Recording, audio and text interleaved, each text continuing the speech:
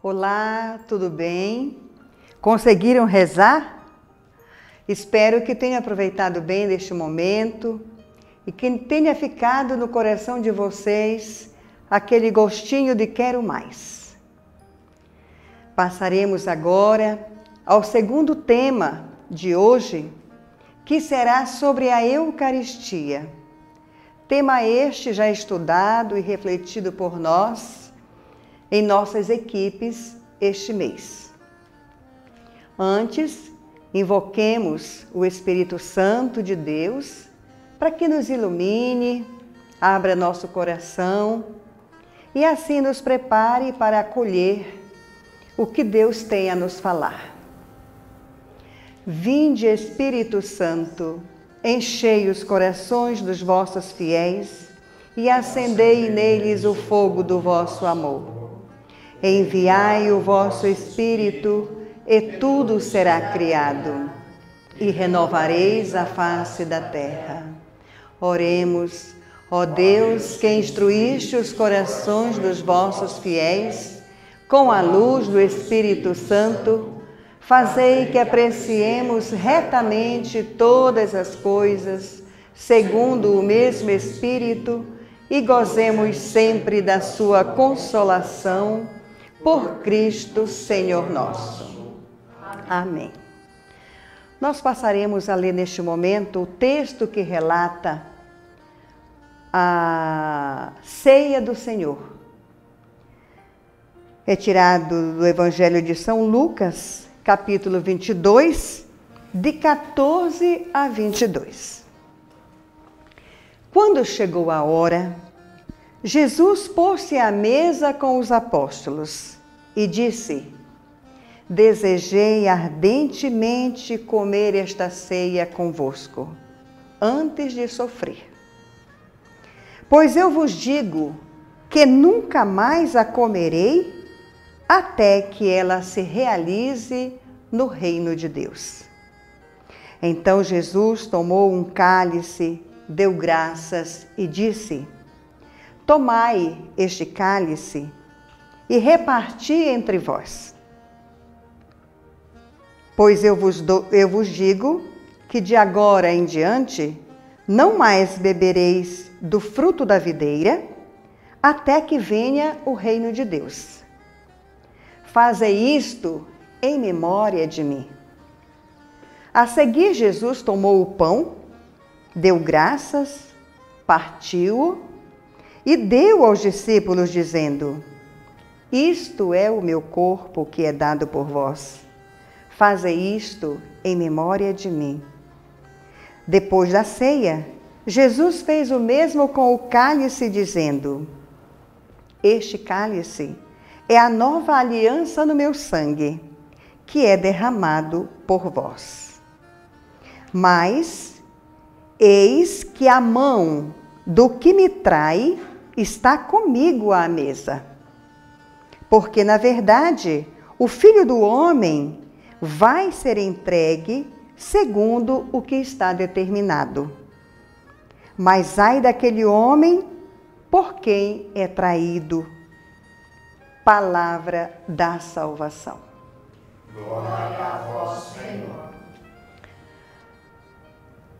Jesus, quando disse, chegou a hora, ele pôs-se de fato à mesa com os apóstolos, dizendo: Desejei ardentemente comer convosco essa ceia antes de sofrer.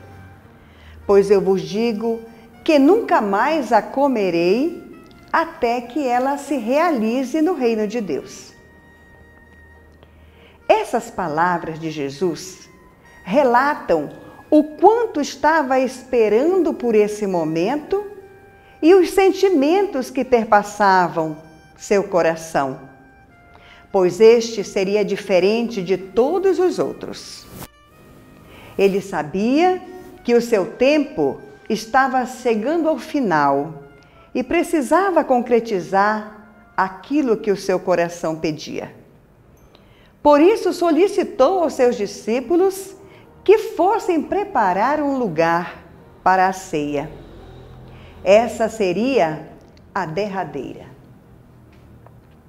É muito importante contextualizarmos este momento. Os judeus estavam tramando a morte de Jesus. E Judas seria aquele que concretizaria tudo isso. Enquanto ele negociava a entrega de Jesus por 30 moedas de prata, o mestre buscava um modo de permanecer conosco para sempre.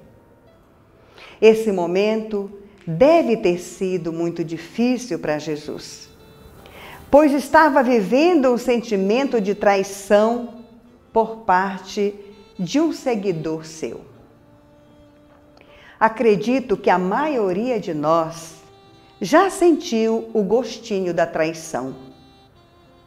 A traição só dói porque vem de alguém que a gente ama e que jamais pensamos que fosse capaz de fazer algo semelhante. Judas era mais que um discípulo de Jesus. Ele era apóstolo, fazia parte dos escolhidos, gozava da intimidade do mestre e cuidava do dinheiro do grupo. Porém, a iniquidade tomou posse do seu coração e ele deixou-se corromper. Com certeza, nenhum de nós compactuamos com a atitude de Judas. Mas precisamos dizer com sinceridade que ele é a nossa cara. Quantas vezes nós também traímos Jesus? Quantas vezes comungamos o seu corpo e o seu sangue e deixamos-nos contaminar pela perversidade, infidelidades e injustiças? Quantas vezes recebemos a Eucaristia na boca e a nossa língua se manchou com a mentira, a blasfêmia e a calúnia? Quantas vezes recebemos em nossas mãos e optamos por não ser solidários com nossos irmãos, de oferecer a nossa ajuda, nossa amizade e compreensão? O mais intrigante é que Jesus, mesmo sabendo tudo o que iria acontecer com ele e do que Judas estava tramando, não impediu que ele participasse desse momento tão íntimo e revelador. Isso nos leva a entender que não nos é dado o direito de julgar as pessoas e nem dizer quem deve ou não participar da Eucaristia. É interessante percebermos que os evangelhos revelam a importância que Jesus dava para as refeições. À mesa, às partilhas. Seus milagres revelam isso. Deu pão aos famintos, multiplicou os pães, ia comer na casa dos amigos. E é justamente nesse ambiente de comunhão que o reino se visibiliza e antecipa o sentido da refeição plena preparada pelo Pai. Foi então neste clima, mesclado por tantas emoções, que Jesus instituiu o sacramento da Eucaristia. Ele tomou o pão, deu graças, partiu-o e deu aos seus discípulos, dizendo: "Isto é o meu corpo, que será dado por vós. Fazei isto em memória de mim." Depois tomou o cálice, deu graças e disse: "Este é o cálice do meu sangue, o sangue da nova e eterna aliança, que é por vós." Com este gesto, Jesus selou sua presença permanente conosco e tornou-se nosso alimento, estabelecendo conosco uma aliança eterna de amor. Estas palavras que Jesus pronunciou ressoam estupor e admiração naqueles que o ouviam. Ele usa esse estilo típico dos profetas para provocar nas pessoas e em nós questionamentos e tomadas de atitudes. Precisamos entender o que significa de fato comer a carne e beber o sangue de Jesus. Não se trata apenas de uma imagem ou símbolo. É necessário intuir o que passa no coração de Jesus quando parte o pão. Ele identifica-se com aquele pão partilhado. É o sinal do sacrifício que o espera, ou seja, da entrega da sua própria vida em expiação pela humanidade. Agora, este pão e este vinho tornam-se seu próprio sangue.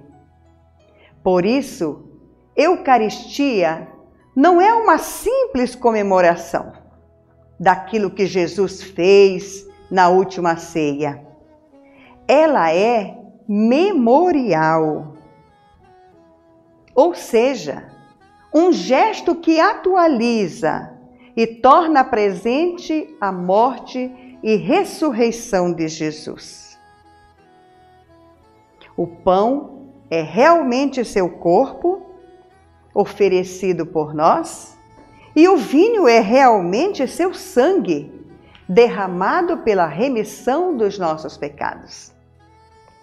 Saibamos, portanto, que se comungamos com fé, nos alimentamos de Jesus e nossa vida será transformada. Observem o que acontece quando nós comungamos o corpo do Senhor e o sangue do Senhor. Este copo com água simboliza a nossa humanidade. E o sangue de Jesus, a sua divindade. Alimentar-se da Eucaristia significa entrar em sintonia com o coração de Cristo.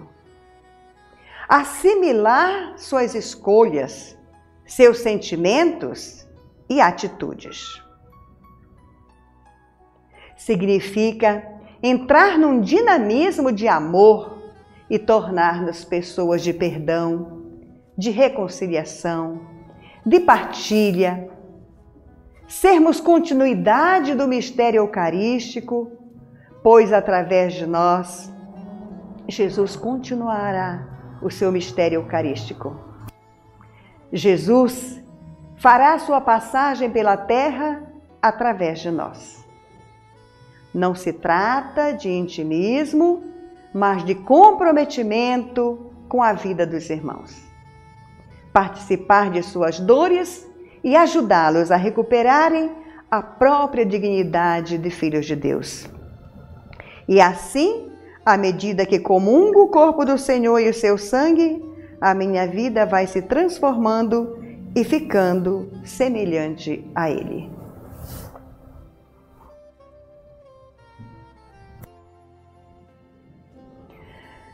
Jesus Eucarístico é o divino escultor de nossa alma. Assim como o escultor, trabalhando na pedra ou no mármore, vai aos poucos dando forma ao que imagina, assim o Senhor vai trabalhando a nossa alma. O garimpeiro corre incansavelmente à procura de pérolas preciosas e não desiste de encontrá-las. Sejamos como ele. Corramos incansavelmente ao encontro do grande tesouro da nossa vida, que é Jesus. O sacramento da Eucaristia é a expressão máxima da nossa dignidade de filhos de Deus. E foi Deus quem quis assim. Em contrapartida, nós devemos fazer desse sacramento a nossa joia mais preciosa. Devemos recebê-lo com fé e dignidade. Reconhecer que Jesus é o nosso Senhor. Caso contrário, nós estaremos comendo e bebendo a nossa própria condenação. É necessário distinguir o corpo de Cristo de qualquer outro alimento. A pessoa que não recebe Jesus na Eucaristia, sua alma torna-se anêmica e raquítica. Falta-lhe força e coragem para enfrentar os desafios próprios de quem segue Jesus. Não nos afastemos desse alimento, que é a nossa força na caminhada rumo ao céu. Só conseguiremos escalar a montanha da santidade se nos alimentarmos do corpo do Senhor. Padre Cafarel nos diz: é pela oração e pelos sacramentos que os esposos bebem nas fontes da graça divina. A penitência mantém a transparência dos corações e o germe do fogo que a Eucaristia deposita em cada um ilumina e aquece a vida conjugal. O declínio de muitos amores explica-se pelo esquecimento desse próprio princípio que é fundamental na nossa vida, que é afastar-se de Deus e pecar contra Ele. Pecar contra o seu amor, separando-se da fonte do amor. Recusar-se a Deus é recusar o cônjuge, o seu pão cotidiano. É recusar o amor. Mente aquele que diz que tem estima pelo amor, enquanto despreza o amor. A fonte do amor cristão não está no coração do homem. Ela está em Deus. Para os esposos que querem amar, que querem aprender a amar cada vez mais, só existe um bom conselho. Procurem Deus, amem a Deus e cedam-lhe o espaço. Eu, irmã Tâmara, pergunto a vocês: e que espaço podemos oferecer a Ele, senão o nosso coração? Papa Francisco diz que viver na comunhão com Jesus nesta terra nos faz desde já passar da morte para a vida. E é verdade. Não tenho dúvidas de termos já experimentado isso em nossa vida. Eu concluo este momento com um pensamento que poderá ajudar vocês. Uma terra árida não tem possibilidade de germinar sementes porque falta-lhes a chuva para dar-lhe vida. Sem a chuva, tudo se torna seco. Na vida espiritual, com Deus regando o nosso coração, será sempre primavera. Nossa alma se tornará um belíssimo jardim, porque será todos os dias regados com o amor de Deus. Sintamo-nos gratos a Deus por tão grande dom recebido e reconheçamos que a Eucaristia é o céu descendo até nós. Jesus disse: isto é o meu corpo que é dado por vós. Digamos a Ele: Jesus, este é o meu corpo que vos recebe para ser vossa morada. Terminado este momento, nós convidamos vocês para o dever de sentar-se. E vamos pensar um pouquinho no que significa este dever de sentar-se, que todos os meses vocês fazem, promovendo entre vocês um verdadeiro diálogo conjugal. O texto que motiva o dever de sentar-se é: quem de vós, querendo construir uma torre, não se senta primeiro para calcular a despesa e ver se tem com que construí-la? De fato, o dever de sentar-se é assim. É um tempo em que marido e mulher passam juntos sob o olhar do Senhor para analisarem aspectos importantes da vida pessoal, conjugal e familiar, ou seja, para concretizarem o que diz o texto bíblico de Lucas, onde encontramos a fundamentação para este esforço concreto. Este tempo de manifestação dos sentimentos e dos pensamentos entre os esposos permite um melhor conhecimento entre si. Aos poucos irão se revelando um ao outro com simplicidade, humildade e, consequentemente, sentindo-se entendido e acolhido pelo cônjuge. A partir daí, entram numa dinâmica interessante de ajuda mútua e correção. O dever de sentar-se permite refletir sobre a vida pessoal, conjugal e familiar, olhar o passado e fazer projetos para o futuro. Além do mais, ele ajuda a manter vivo o amor.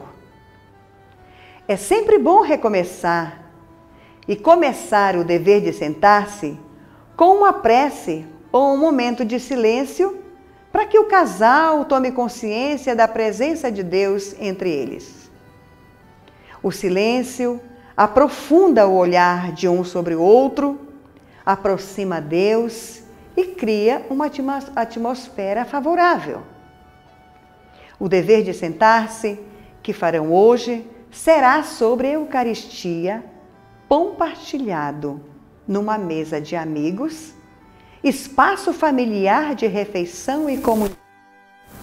Momento para vocês partilharem reflexões, sentimentos, descobertas, assim como perceberem também qual a importância deste sacramento na vida de vocês. Portanto, vocês terão 2 perguntas para refletirem e dialogarem. Seria a primeira: o que a Eucaristia significa para você? E quais mudanças tem realizado em sua vida? Segunda: essas mudanças estão refletindo na sua vida conjugal e familiar? Bom encontro para vocês e depois vocês terão a oportunidade de falar disso nas equipes de vocês. Abraço!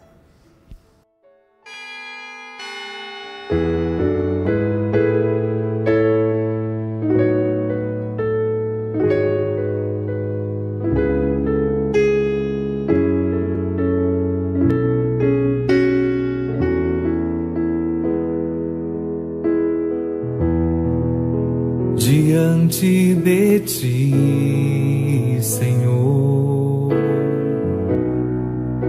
eu quero estar, e a ti, Jesus, louvar e adorar, adentrar a sala do trono, sentar contigo à mesa do banquete, participar, Jesus, hóstia santa, encerrado no altar.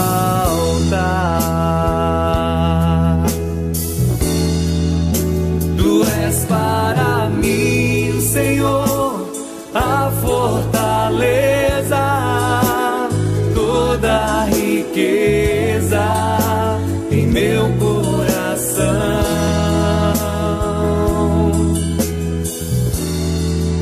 Somente em ti, Senhor, restauro minhas forças, alimento o espírito, encontro abrigo.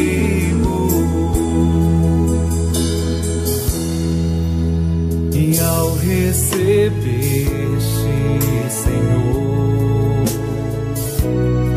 não se faça em mim